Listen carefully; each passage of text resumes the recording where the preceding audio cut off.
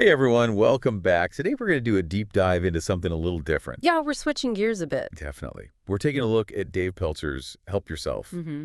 You probably know him from his memoirs, like a child called it. Yeah, Super powerful stuff, but yeah, very intense. right. So this is a bit of a shift for him. This time it's all about self-help. Yeah, this one's really practical. He's sharing strategies to overcome challenges, shape your own life, all that good stuff. Exactly. So if you're feeling stuck or like you need a boost, in any area of your life, Absolutely, this deep dive. this is for you. Yeah, this will be helpful for you. All right, so let's get into it. Okay, so the core message of Help Yourself is really about empowerment. Okay, empowerment. Yeah, it's this idea that you, as an individual, you have the power to choose your own Yeah. path and to create the life that you want, regardless of, what's happened in your past. I love that idea. It's so easy to feel trapped by our past, like it's dictating our future. So how does Peltzer suggest we break free from that? So one of the first things he talks about is letting go of the past. Okay. But he doesn't mean like forgetting it or pretending it didn't happen. Right. It's more about acknowledging that, yeah, it happened, it had an impact, Mm, but it doesn't have to define you. okay, that makes sense. He actually shares this story about there's a woman in the book, Yeah. and she was miserable in her job, but she was terrified of making a change. I feel that. Yeah, fear can be paralyzing. It really can be. But she finally took that first step. She signed up for night classes. Even though it was scary, she did it.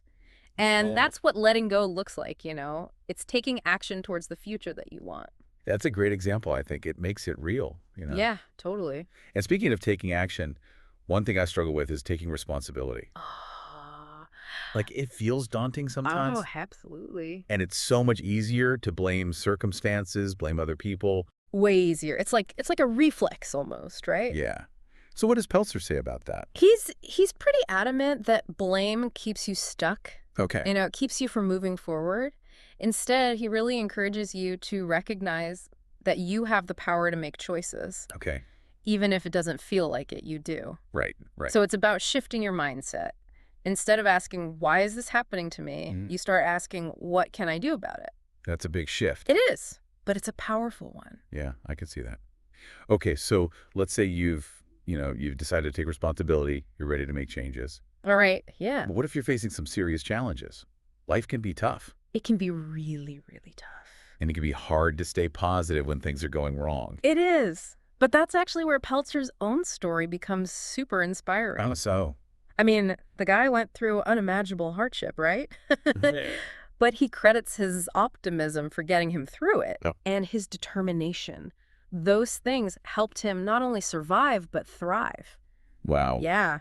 He truly believes that even small shifts in mindset can make a huge difference. Like what kinds of shifts? Like focusing on what you're grateful for, even if it's just tiny things. Okay. Or choosing to see the good, even in difficult situations. I try to do that, but Yeah. sometimes it's hard. It's like I have to consciously change my thinking. It is. It's like training your brain to look for the good, Yeah, absolutely. And it takes practice, but it's so worth it. It is.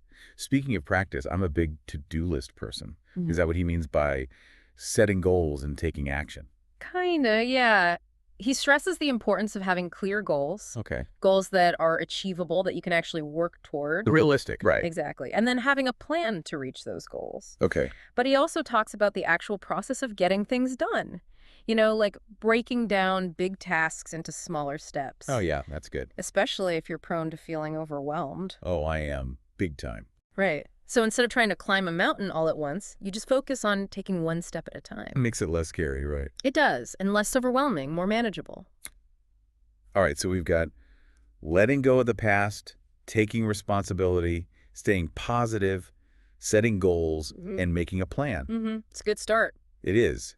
But what about those times when you do all that and you still hit a wall? Yeah. How do you deal with those moments of adversity when they come up? Well, Peltzer has a really interesting take on adversity. He believes that even our toughest experiences Mm. can be reframed as opportunities for growth. Okay. He talks about how challenges, the hard stuff, it forces us to develop resilience. We learn new skills. We discover inner strength that we didn't even know we had. That's good. So think about it. Have you ever gone through something difficult? Oh, tons of stuff. Right. But looking back, it actually made you stronger. Oh, absolutely. Yeah. Yeah, I remember when I first started podcasting. Oh my gosh, I was so nervous and I made a ton of mistakes. Oh, I'm sure. But pushing through those challenges helped me develop skills I wouldn't have otherwise. Exactly. And that's what he's getting at. Yeah, I see that. It's like those challenges, they become these unexpected teachers almost. Yeah, like tough love. Yeah, a little bit. Yeah. Now, all of this might sound like, the solo mission. Okay. But Pelzer also emphasizes the importance of seeking support. Okay. He believes in personal responsibility, for sure, but he also recognizes that we don't have to go it alone. Yeah. Having a support system, friends, family, mentors, that can be incredibly helpful. It can be huge, especially during tough times. Totally. So it's about finding that balance between self-reliance and knowing when to reach out for help. I like that. It's both, right? It is. You need both. You need both. Yeah. You mentioned earlier, the way he presents all this advice. You said he uses a lot of personal anecdotes. He does, and that's actually one of the things that makes help yourself so effective. Well, instead of just stating principles, kind of dryly, Right. he illustrates them with stories from his own life and the lives of others. Okay. And that makes the advice feel real and relatable. You can see how these strategies actually play out in the real world. Yeah, so it's less like a textbook and more like a conversation with a mentor. Exactly. Someone who's been through it all and is sharing their wisdom with you. That's cool. And it's infused with this incredible sense of hope and resilience. Okay, hope and resilience. Yeah, he makes you believe that no matter what you've been through, you have the power to create a better future for yourself. I love that. And I think that's what resonates so strongly with people, right? Definitely. If you're feeling stuck or overwhelmed, help yourself. Gives you that roadmap, Yeah. a way to start taking those small steps that can lead to real change. Absolutely. Small steps lead to big changes. They do. They really do. So after hearing about Pelzer's journey and all these strategies he shares, what's one area of your life where you feel stuck?